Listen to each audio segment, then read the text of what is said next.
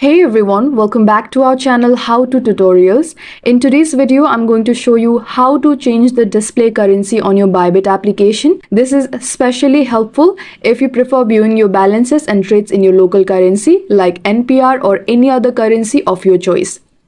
First, open the Bybit application on your mobile device and ensure you are logged in. Tap on your profile icon located at the top left corner of the screen. Next, tap on the settings icon to access your account settings. Scroll down until you see the option called Currency Display and tap on it.